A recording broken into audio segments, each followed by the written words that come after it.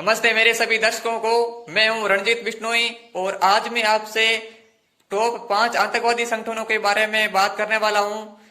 जो top 5 Islamic आतंकवादी संगठन है जो पूरे विश्व भर में प्रसिद्ध है अपनी बर्बरता के कारण, अपने हमले के कारण, उच्च टॉप 5 इस्लामिक आतंकवादी संगठनों के बारे में मैं आपसे कुछ नॉलेज शेयर करने वाला हूं। आपको कुछ बेसिक जानकारी देने वाला हूं। कौन कौन से टॉप 5 आतंकवादी संगठन है जो पूरे विश्व भर में प्रसिद्ध है और कौन कौन है उनके संस्थापक और वर्तमान में कौन कौन उसके इस्लामिक आतंकवादी संगठन के सरगना है। ये सभी आपसे मैं जानकारी शेयर करने वाला हूं।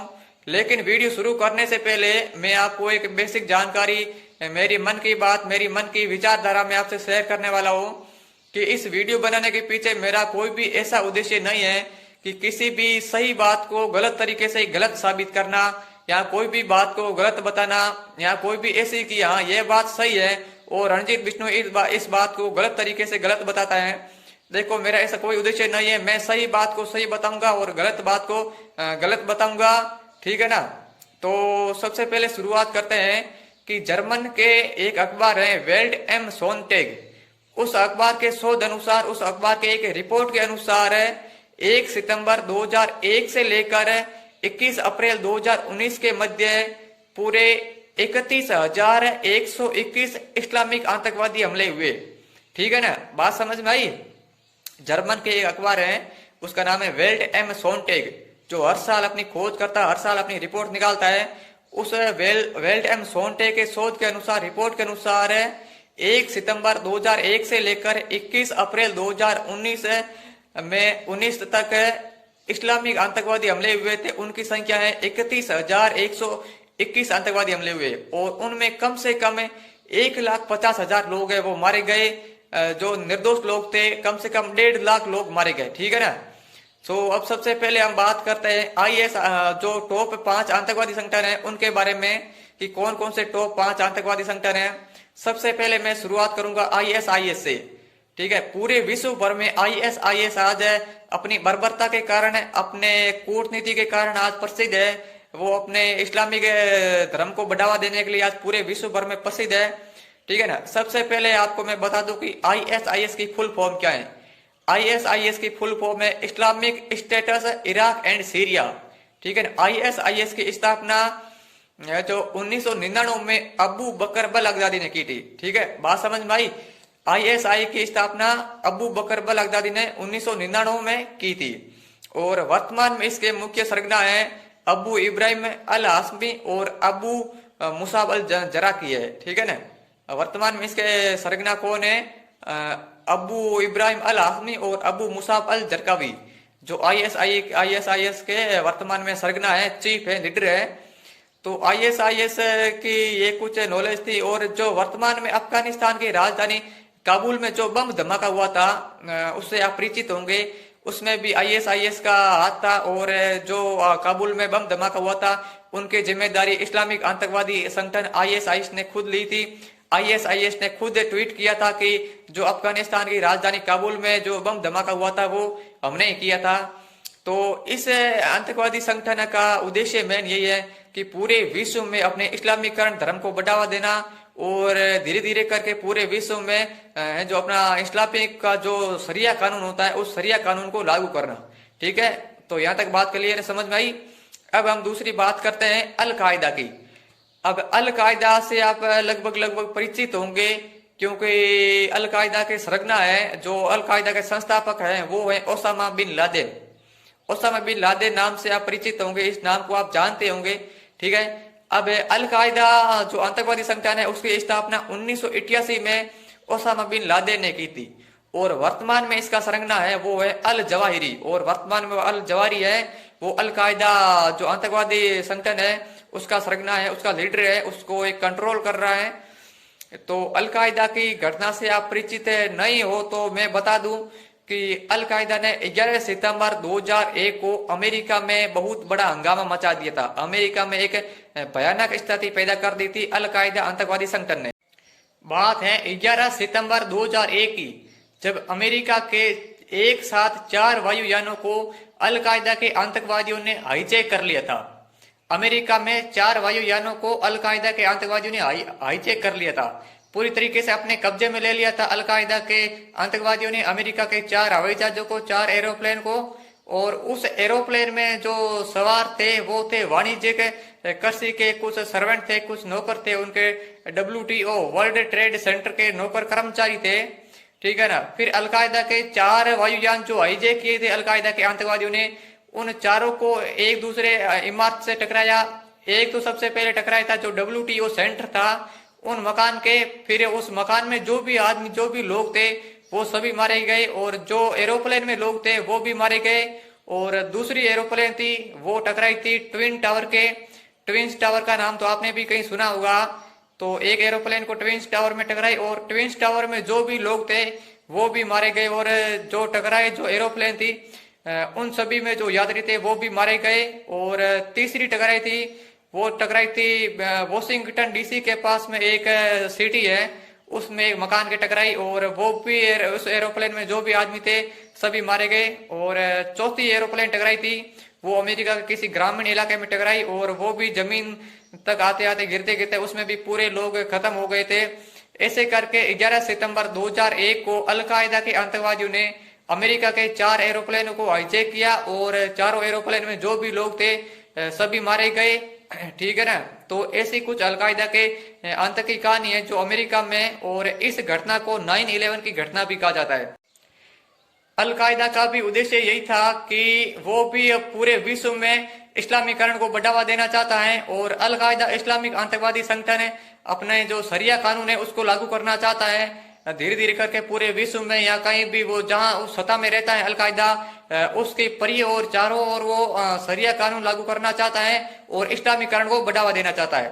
इसके जो मुखिया सरगना थे, इसके जो अलकायदा के संस्थापक थे ओसामा बिन लादेन, उनको अमेरिका के मिलिट्री ने मारा था।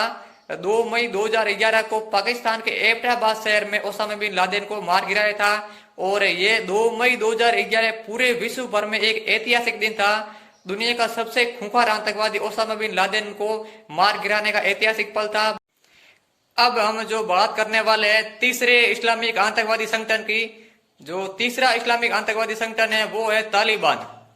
तो तालिबान मेरे नाम लेने से आप परिचित हो गए होंगे, क्योंकि वर्तमान में तालिबान जिस तरह से आतंक मचा रहा है, अपनी बर्बरता का वो परिचय दे रहा है, उससे आप सभी परिचित होंगे। आपको पता होगा कि अफगानिस्तान देश में किस तरह तालिबान आतंकियों ने पूरे देश में कब्जा कर लिया है, और अभी तो अफगानिस्तान में तालिबानी आतंकवादी सरकार है। सो तालिबानी जो संगठन है उसकी स्थापना 1999 में मुल्ला मोहम्मद उमर ने की थी। तालिबान आतंकवादी संगठन की स्थापना 1999 में मुल्ला मोहम्मद उमर ने की थी, और तालिबान का उद्देश्य यह है कि पूरे अफगानिस्तान देश पर कब्जा करना, अपने इस्लामीकरण को बढ़ावा देना, और शरिया कानून है वो पूरे अफगानिस्तान पर शरिया कानून लागू करना। तो इसकी स्थापना की थी मुल्ला मोहम्मद उमर ने 1999 में। और जो तालिबान के मुख्य सरगना, जो वर्तमान में मुख्य सरगना है वो है हेबतुल्ला अखुंदजादा, अब्दुल गनी बरादर है, और मुल्ला मोहम्मद है, और हकीम हकानी है। जो हकानी नेटवर्क से जुड़े लोग हैं वो भी तालिबान में सहयोग दे रहे हैं, साथ दे रहे हैं। तो ऐसी कुछ है तालिबान की घटनाएं। तालिबान की घटनाएं तो मुझे ज्यादा कुछ बताने की जरूरत है नहीं, क्योंकि आप सभी परिचित होंगे।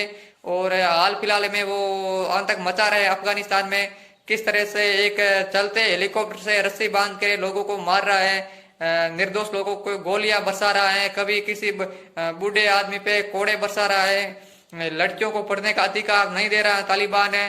अफगानिस्तान में अब ऐसी स्थिति है कि मतलब आदमी कुछ भी नहीं कर सकता, अपने एक आजादी में रहकर कुछ भी नहीं कर सकता। देखो अपना भारत देश कितना अच्छा है, हम सभी आज आजाद हैं और आजादी से रह सकते हैं। ऐसा अफगानिस्तान में बिल्कुल भी नहीं है। अफगानिस्तान में तालिबान सरकार शरिया कानून लागू कर दिया है, और शरिया कानून में यह होता है कि लड़कियों को कम से कम शिक्षा दी जाए और केवल अपने धर्म को बढ़ावा दिया जाए। बाकी छूट कम होती है, उसमें आजादी कम होती है। लड़कियों को एक बुर्का रूप में पूरा पूरा कपड़ा ढकना पड़ता तन से, उसको अपने मनपसंद के कपड़े नहीं पहने दिए जाते हैं। और ना ही तालिबान के आतंकवादी लड़कियों को जब कोई भी छोटे कपड़े पहने देखता है तो उसको मारता है, कभी फायर करता है, लड़कियों पे गोली बरसाता है। तो वो लड़कियों को और लड़कों को अपने खुले आजादी नहीं दे सकता है, और नहीं वो दे रहा है, ठीक है ना। अब चौथा है जो हमारा आतंकवादी संगठन वो है लश्कर ए तैयबा, ठीक है ना। तो लश्कर ए तैयबा है वो है भारत का कट्टर दुश्मन है, क्योंकि लश्कर ए तैयबा पाकिस्तान का मूल रूप से पाकिस्तान का ही है, ठीक है ना। और लश्कर ए तैयबा की स्थापना की थी 1986 में हाफिज सईद ने, ठीक है। लश्कर ए तैयबा पाकिस्तान का मूल रूप से पाकिस्तान का ये आतंकवादी संगठन है और इसकी स्थापना 1986 में हाफिज सईद ने की थी। और इसका उद्देश्य है वो है जो पीओ के पाक अधिकृत कश्मीर है उनको प्राप्त करना था, और भारत का ये कट्टर दुश्मन है। 26 नवंबर 2008 को लश्कर ए तैयबा के आतंकवादियों ने मुंबई में स्थित ताजमहल होटल में हमला किया, और ताजमहल होटल के अलावा भी कई ऐसी जगह हमला किया, बम बारूद फेंके, गोलियां बरसाई, निर्दोष लोगों को मारा, पुलिस प्रशासन को मारा। और जो 26 नवंबर 2008 की तारीख है उसको तारीख को भारत कभी भूला नहीं सकता है, वो एक ब्लैक तारीख है हमारे लिए। और उसमें हमारे काफी पुलिस प्रशासन के जवान भी शहीद हुए थे, और प्रमुख होटल है जो हमारे मुंबई की ताज होटल है उनको भी चोट पहुंचाई है, ताज होटल को भी खंडित किया था। वो तारीख थी 26 नवंबर 2008 को। और उनके अलावा दिल्ली में रेड फोर्ट पर भी लश्कर ए तैयबा के आतंकवादियों ने हमला किया था। दिल्ली में लाल किले पर हमला किया था 22 सितंबर 2004 को। उस दिल्ली के लाल किले में जो राजपूत रायपाल के जो फौज थी उस पर हमला किया, और हमारे काफी फौजी भाई भी शहीद हुए थे उस हमले में। तो लश्कर ए तैयबा हिंदुस्तान का कट्टर दुश्मन है, और लश्कर ए तैयबा अकेला ही नहीं है, इसके साथ में जैश ए मोहम्मद भी शामिल है, और डी गैंग के सदस्य भी इसमें शामिल है। डी गैंग, जैश ए मोहम्मद और लश्कर ए तैयबा तीनों ही एक सगे भाई की तरह है, और खा पी करके तीनों ही भारत के पीछे पड़े हैं, पता नहीं क्या लेंगे और क्या नहीं लेंगे। तो समझ गए होंगे कि लश्कर ए तैयबा कितना खतरनाक है। और मैंने तो ये सिर्फ मेन घटना, मुख्य घटना आपको बता रहा हूँ, क्योंकि इन छोटी मोटी घटना का तो इसका कोई पार ही नहीं है। कश्मीर में ऐसे आए दिन हमले करवाता है लश्कर ए तैयबा, जैश ए मोहम्मद के आतंकवादी, डी गैंग के आतंकवादी, ठीक है ना। तो आप समझ गए होंगे। और अब हम लास्ट में बात करने वाले हैं बोको हराम की। देखो, बोको हराम एक ऐसा संगठन है, आतंकवादी, इस्लामिक आतंकवादी संगठन है जो फुल बर्बरता का कारण है, ठीक है ना। यह संगठन है नाइजीरिया का, और इसका नाम है बोको हराम। ये नाइजीरिया का इस्लामिक संगठन है।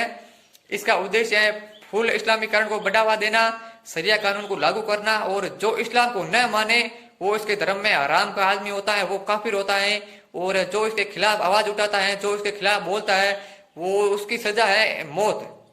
जो बोको हराम के खिलाफ आवाज उठाता है ना, उसकी सजा है वो सीधी मौत है, सरेआम कत्ल कर देता है, लोगों को जिंदा जला देता है। तो इसकी मैं घटना आपके सामने नहीं बता सकता, क्योंकि इतनी बर्बरता घटना की है इसने कई बार है, आप खुल के नहीं बता सकते। तो ये थे कुछ आतंकवादी संगठन है, ठीक है ना। तो सबसे पहला हमारे याद रखना, पहला है ISIS है, और दूसरा है अल कायदा, तीसरा है तालिबान, चौथा है लश्कर ए तैयबा, और पांचवा है वो है बोको हराम। तो आशा करता हूँ कि आप सभी थोड़ा इन आतंकवादी संगठन के बारे में समझ गए होंगे, ठीक है ना। तो ये था मेरा वीडियो। अगर वीडियो में कुछ गलती हुई हो, या मेरे कुछ बुरे शब्द से, या फिर कुछ गलती के कारण आपको बुरा लगता है, तो मैं क्षमा चाहता हूँ।